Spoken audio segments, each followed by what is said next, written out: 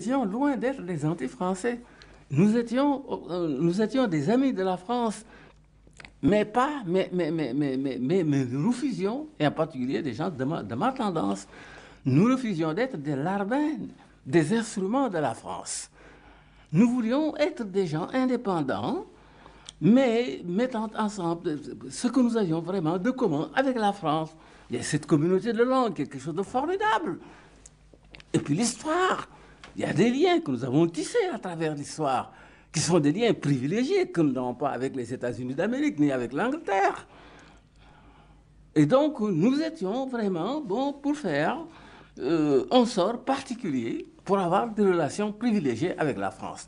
Mais à condition que ça se fasse dans la dignité, dans l'égalité, dans la bonne foi.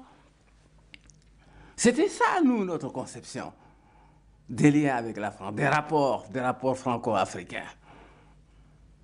Et je l'explique d'ailleurs, je crois, dans mes mémoires, que nous étions des amis, nous n'étions pas des anti-français, des amis de la France, mais pas des valets de la France. Nous refusions d'être des valets de la France. Alors, et c'est tellement vrai que chaque fois que je faisais une tournée, que je partais en mission à l'extérieur, aux États-Unis, en Union soviétique, je passais par Paris, parce que le passage obligé, c'était Paris, n'est-ce pas, pour aller de chez nous à l'extérieur. Chaque fois, quand j'arrivais ici, on m'a demandé, Foccart, justement, qui était dans la communauté, est-ce que vous souhaitez rencontrer le général de Gaulle? J'ai dit non, je n'ai pas à rencontrer le général de Gaulle. C'est comme si je rendais compte au général de Gaulle.